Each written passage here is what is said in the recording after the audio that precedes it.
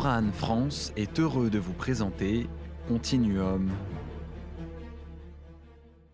Bonjour à toutes et à tous, bienvenue dans Continuum, la nouvelle émission d'Anews Sécurité. Cette émission est parrainée par Toran France. Pour cette nouvelle émission, j'ai le plaisir de recevoir Patrick Chemovitch. Patrick, bonjour. Bonjour. Alors Patrick, vous êtes maire depuis moins d'un an, maire de Colombes avec une ville de près de 90 000 habitants, 9e ville d'Île-de-France.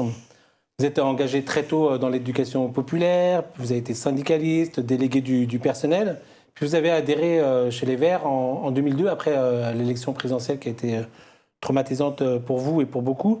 Vous êtes devenu maire à 64 ans. Est-ce que vous aspiriez à être maire de Colombes ? Pas du tout. C'était pas dans mes plans. Et j'avais même expliqué à ma femme que j'allais prendre une retraite bien méritée. Et puis... Qu'est-ce qui s'est passé alors ? Ça s'est passé autrement. C'est que mes amis politiques m'ont dit et pourquoi pas repartir aux élections et pourquoi pas derrière toi. Et finalement, à force de discussion avec des partenaires politiques et des personnes issues de la société civile, nous avons pu constituer une liste très diversifiée et qui est arrivée à la victoire et avec satisfaction. Donc ça a changé le cours de ma vie depuis près d'un an. J'imagine. Vous êtes maire écolo d'une grande ville d'Île-de-France. Vous êtes le seul maire écolo d'une grande ville d'Île-de-France. L'écologie, la sécurité, est-ce qu'il y a un problème ou est-ce que vous êtes un maire pragmatique ? Bon, moi, je suis assez... je suis né dans une vie républicaine, à l'école de la République, et toute ma trajectoire professionnelle et autres s'est fait toujours dans le cadre de la République, et j'y tiens beaucoup. Ce qui fait que les questions de sécurité, qui sont des questions a priori régaliennes, font partie aussi de ma manière de penser. Il n'y a pas de démocratie, il n'y a pas de liberté s'il n'y a pas de sécurité. Vous êtes attaché aux questions au-delà de l'écologie. Vous êtes attaché aux questions de sécurité. C'est quoi les problématiques de sécurité dans une grande ville comme ça, de banlieue parisienne ? Elles sont diverses. Il y a bien sûr des questions d'incivilité. Des gens qui jettent des encombrants dans la rue sans respecter les règles de jour de levée de ces encombrants, qui jettent des objets par les fenêtres, des comportements dans la rue inciviques, et donc il faut y remédier. Et puis il y a des tensions, il peut même y avoir de la délinquance, il peut y avoir de la criminalité, et donc il faut le combattre de toutes les façons possibles, avec la police nationale, avec une police municipale, et puis et de bien faire attention. Moi, j'ai l'habitude de dire qu'il n'y a pas d'espace de non-droit dans ma ville, et j'essaie de faire respecter, même si c'est pas toujours facile en fonction des jours, des nuits et des endroits. Pas d'espace de non-droit à Colombes, c'est ce que vous souhaitez. Comment vous travaillez justement là-dessus, avec cet objectif-là, avec la police nationale par exemple ? Alors nous avons une rencontre avec mon adjointe en charge de la sécurité. Nous avons une rencontre régulière avec la commissaire de police de Colombes.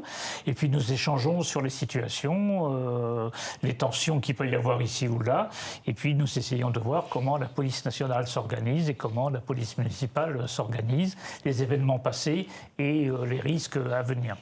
De manière très concrète, vous travaillez ensemble sur des opérations communes où chacun, effectivement, entre la police municipale, dont vous avez la responsabilité, et la police nationale, qui est sous la responsabilité de l'État, du préfet et de la commissaire, chacun est dans son couloir ou vraiment vous arrivez à monter des opérations chacun est bien sûr communes. dans son couloir avec son univers, soit municipal, soit de police nationale. Je mets police nationale au pluriel avec l'ensemble des services, parce qu'il y a la protection des mineurs, il y a les services de justice aussi, dont on parle peu, il y a les stupéfiants, voilà, il y a des services spécialisés, et puis il y a les services du commissariat de police. Nous avons un commissariat à Colombes, et puis il faut essayer d'avoir le plus de passerelles possible. Nous avons une vidéosurveillance de 80 caméras sur la ville que nous n'avons pas remis en cause à notre arrivée il y a quelques mois.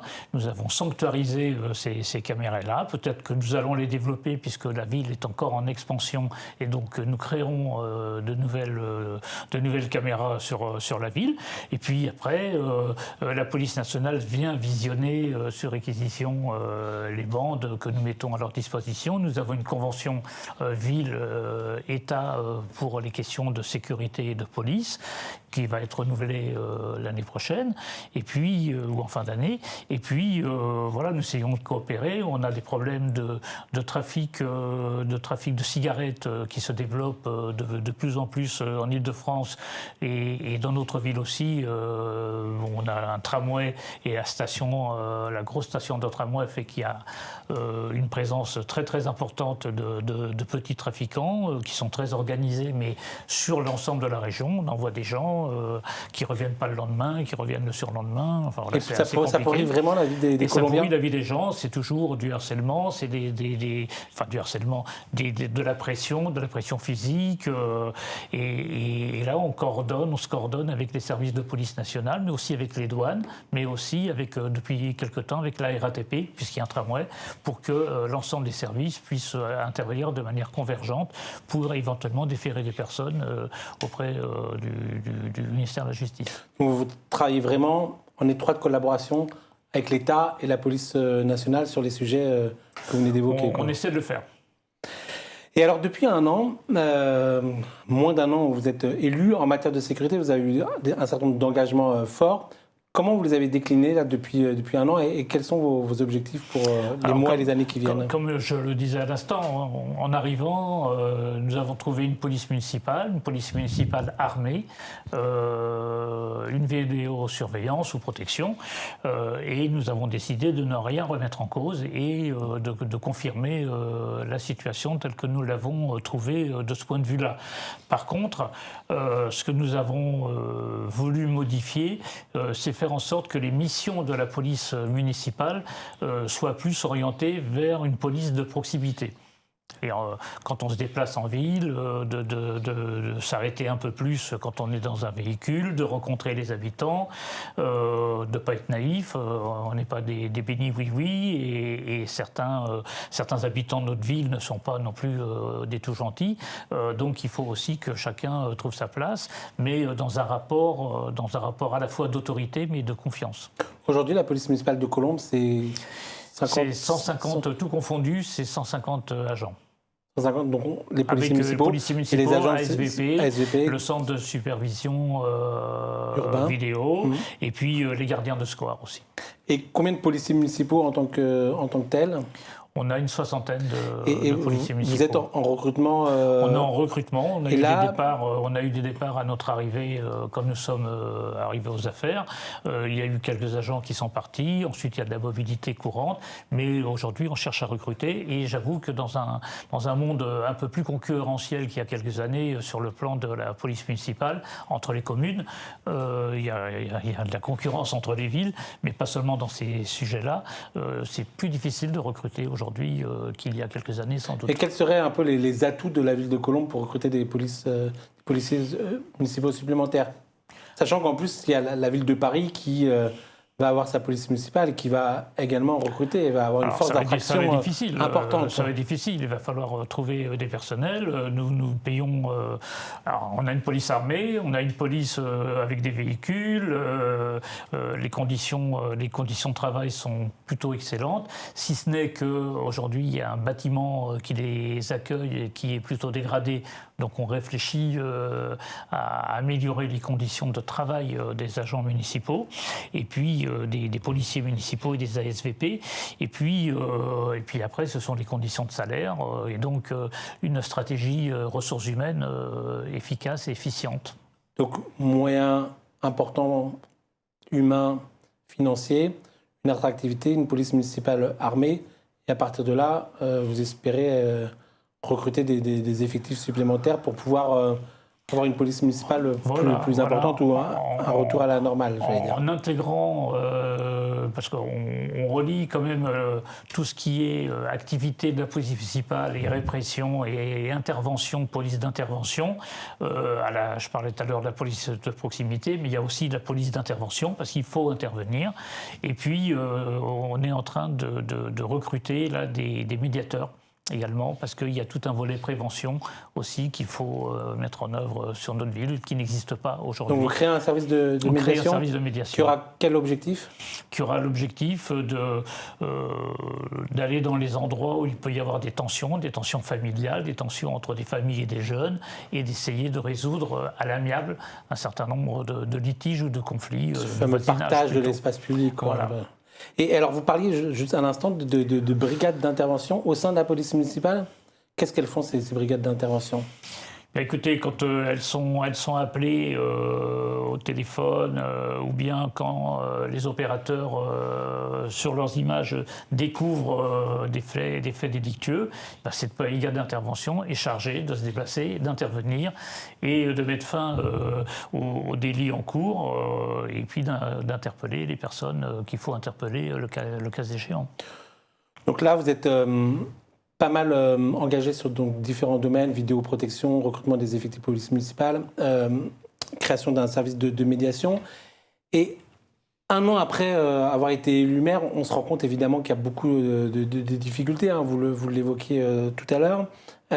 Une des difficultés, vous en parliez, c'est le trafic de cigarettes, mais on n'a pas parlé encore du trafic de drogue. Vous ne vous sentez pas un peu démuni, vous, en tant que maire, sur le trafic de drogue? Alors vous allez me dire, c'est la responsabilité avant tout de l'État, mais j'imagine que vous êtes régulièrement interpellé par des Colombiennes et des Colombiens qui vous disent « Mais monsieur le maire, qu'est-ce que vous faites ?» On a deux sujets d'actualité, on va dire. Un récurrent et l'autre plus récent. Le récurrent, c'est le trafic de drogue, de stupéfiants, où la police municipale intervient parce qu'il y a des jeunes, mais qui ne sont pas forcément de d'autres villes. Il y a beaucoup de mouvements entre communes voisines, et donc des jeunes d'une commune voisine peuvent venir chez nous, les nôtres aller dans la commune voisine. Voilà, aujourd'hui, avec les réseaux sociaux, en plus, c'est facile de s'organiser. Et en plus, ce sont des réseaux qui sont très organisés par les réseaux sociaux aussi, en plaçant une personne à tel endroit, un guetteur qui ne reviendra pas le lendemain ni le surlendemain. Enfin, il y a une organisation derrière. Et donc, on dit que c'est difficile de contrôler, à part les réseaux sociaux, les trafics. Donc, ça veut dire que ça nécessite une intervention de terrain, une surveillance, des rondes et puis des interpellations. C'est un vrai sujet. Et en plus, on voit bien que les services de police sont eux-mêmes, même s'il y a des informations à l'intérieur des services de police, il peut y avoir des manques d'informations entre la brigade des stupéfiants, le commissariat, un autre service de police. Donc il faut aussi réussir à remettre tout le monde autour de la table pour partager les informations. On a, depuis quelques années, beaucoup parlé du Continuum, ça c'est le nom de l'émission d'ailleurs, Continuum de sécurité, le rôle des uns des autres. On a beaucoup parlé de la police municipale, de la police nationale, des brigades spécialisées. Est-ce que ça vous parle, le Continuum, ou est-ce que pour vous c'est quelque chose encore d'abstrait, ou en tant que maire, c'est quelque chose que vous vivez au quotidien? Non, on est obligé de plus en plus d'en tenir compte. Alors là, jusqu'à maintenant, j'ai évoqué la police municipale, il y a les ASVP, je parlais des détritus qu'il peut y avoir sur la chaussée, et on va créer une brigade de l'environnement qui va être en fait une modification des missions de police municipale ou des ASVP, avec des agents assermentés qui pourront intervenir aussi et verbaliser sur ces questions-là, et puis y compris nos propres agents, peut-être certains cadres ou agents de maîtrise qui pourront être assermentés, ceux qui font l'entretien de la propreté des rues. Aussi, zéro tolérance pour les incivilités. En tout cas, tendre vers, parce que zéro tolérance, c'est toujours difficile. Et puis, il y a également, dans ce continuum, le fait de refaire travailler ensemble des secteurs qui n'ont pas l'habitude, notamment tout ce qui est... On va relancer à l'automne un contrat local de sécurité, un CLSPD, et de prévention de la délinquance, et donc c'est de mettre l'ensemble des acteurs, que ce soit les services spécialisés, la PJJ, ou que ce soit autour de la santé mentale, voilà, tous les éducateurs de rue, etc., tous les organismes ou associations de terrain commun qui puisse un petit peu partager des diagnostics et des modes d'action qui ne sont pas du même registre pour les uns ou pour les autres, mais en tout cas d'avoir cette vision d'ensemble, avec une autre préoccupation qui est le 2024 pour nous, qui va être une année un petit peu importante, puisque nous accueillons les Jeux Olympiques. Vous avez le stade Yves du Manoir à Colombes. Le stade Yves du Manoir va être site olympique, et notre piscine va être site d'entraînement pour les Jeux Olympiques, donc des conditions de sécurité qui vont être draconiennes à ce moment-là. Donc il faut qu'on anticipe, et même si les services de l'État vont gérer la sécurité au sens national pendant cet événement, il faut que nous-mêmes nous mettions en sécurité et les événements et nos habitants. Et est-ce que justement, en perspective des JO, mais même indépendamment des JO en 2024, la sécurité privée, elle a un rôle à jouer dans une commune comme Colombes? C'est une interrogation. C'est une interrogation. De toute façon, aujourd'hui, quand il y a des événements un peu importants, on peut faire appel à des prestataires privés. Et donc, ils sont là et ils font leur travail. Est-ce qu'ils seront mobilisés? De quelle manière ils seront mobilisés au moment des JO?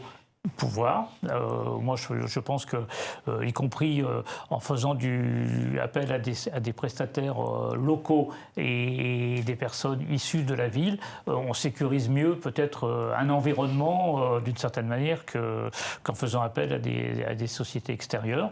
Mais ensuite, ça dépend quand on est à Paris, on n'est pas à Colombes, c'est pas la même échelle. Après, oui, on s'interroge par exemple sur on a beaucoup de logements sociaux à Colombes, on a 30% de logements sociaux, on a un office HLM communal qui a 9000 logements. Donc vous êtes le président? Dont je suis le président. Et alors justement, les bailleurs sociaux comme ça, est-ce qu'ils peuvent avoir un rôle en matière de sécurité? Alors, on s'interroge sur un partage de sécurité avec d'autres bailleurs sociaux pour avoir une réponse adéquate et peut-être privée en complément de la police nationale et de la police municipale. Mais pour l'instant, moi, immédiatement, comme ça, spontanément, je dirais que je préfère que ce soit un service public de la sécurité, à la fois régalienne avec la police nationale ou municipale. Mais s'il faut, pour améliorer la vie des gens, parce que ce qui compte, c'est le quotidien des habitants, c'est pas des grands discours, c'est la vie de tous les jours, comment son parking il est sécurisé, comment on ne brûle pas une voiture, comment on ne vole pas un sac à main. Voilà, ce sont des choses comme ça. Et puis, voilà, donc il faut que les bailleurs peut-être se causent un peu plus entre eux et on va essayer d'y contribuer. Parce que vous disiez 30% du patrimoine de la ville de Colombes, c'est du logement social. Il y a des problématiques propres au logement social. Donc avoir un enjeu de sécurité pour les bailleurs sociaux, c'est quand même, j'allais dire, dans la logique des choses, quoi. Oui, alors il y a l'espace public des bailleurs sociaux, c'est du territoire communal en fait. Les parcs des HLM n'appartiennent pas aux bailleurs ou rarement, ou en tout cas à notre bailleur. Les autres bailleurs, c'est pas le cas. Et donc on est en train de regarder pour mettre des caméras sur l'espace public HLM, puisque c'est de l'espace public. Donc voilà, ça on va le développer. Après, il y a toujours les cages d'escalier, mais il n'y a pas que les cages d'escalier, il y a aussi les escaliers, parce qu'il y a les ascenseurs qui montent dans les immeubles, mais dans les escaliers, il se passe aussi plein de choses. Et donc, il faut aussi aller voir les parkings, les caves, etc. Donc, il y a même, de temps en temps, on nous signale des questions de prostitution. Et donc, il faut éviter toutes ces choses-là. L'autre événement, l'autre problème aussi que je n'ai pas évoqué tout à l'heure, c'est autour des collèges. On a aujourd'hui des groupes de jeunes collégiens qui vont traîner près d'autres collèges et puis qui éventuellement font un peu de raquettes, un peu de ceci, un peu de pression. Et on sent que les personnels de l'éducation nationale gèrent bien ce qui est à l'intérieur du périmètre des collèges, moins bien ce qui se passe autour des collèges. La police nationale a un agent qui va dans les collèges et qui fait de la prévention et de l'information dans les collèges, mais il faut qu'on travaille un peu mieux autour des collèges pour rassurer à la fois les collégiens et les collégiennes, mais aussi leurs familles, leurs parents. Ça, c'est effectivement typiquement un bon exemple de continuum de sécurité entre l'investissement de l'éducation nationale qui peut être mobilisé à travers notamment les CLSPD, votre équipe de médiation qui pourrait intervenir à la sortie des collégiens, le rôle de la police municipale, le rôle de la police nationale. Et un des derniers acteurs qu'on n'a pas évoqué dans le continuum, c'est les directeurs sécurité-prévention des grosses entreprises. Hein. Dans le rapport Fauvergue-Toureau qui date de 2018, on disait qu'il fallait conforter le rôle et le positionnement des directeurs de la sécurité dans les entreprises. Est-ce que vous, en tant que maire, vous avez beaucoup d'entreprises sur la ville de Colombes, est-ce que vous êtes amené à travailler avec les directeurs de sécurité-prévention des entreprises qui sont sur votre territoire? À ce stade, est-ce que c'est quelque chose que vous souhaitez? Alors, ça s'est pas fait. Hein. Sous les précédentes mandatures, ça s'est pas trop fait. Et nous, on n'a pas commencé à faire ce travail-là. Je vous avoue que le choix que nous avons fait, c'est plutôt les questions d'emploi, d'insertion. Qui est forcément un sujet d'actualité aussi. Qui est un sujet d'actualité lié au confinement. Voilà. Est-ce que vous avez été élu en 2020, la fin du mandat est en 2026. Colombes, en matière de sécurité, en 2026, ça ressemblera à quoi?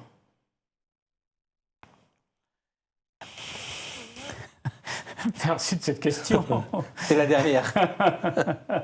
Ouais, moi, mon rêve, c'est que vraiment on sorte de chez soi en toute tranquillité, qu'on parte en vacances sans être inquiet pour sa maison ou son appartement, qu'il n'y ait pas de gens qui franchissent une clôture ou qui forcent une porte, que quand on est une femme, on puisse se promener dans l'espace public sans supporter un regard désobligeant d'hommes qui traînent sur une place ou dans une rue.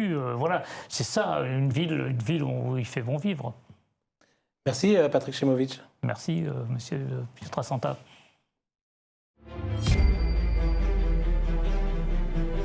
Toran France a été heureux de vous présenter Continuum.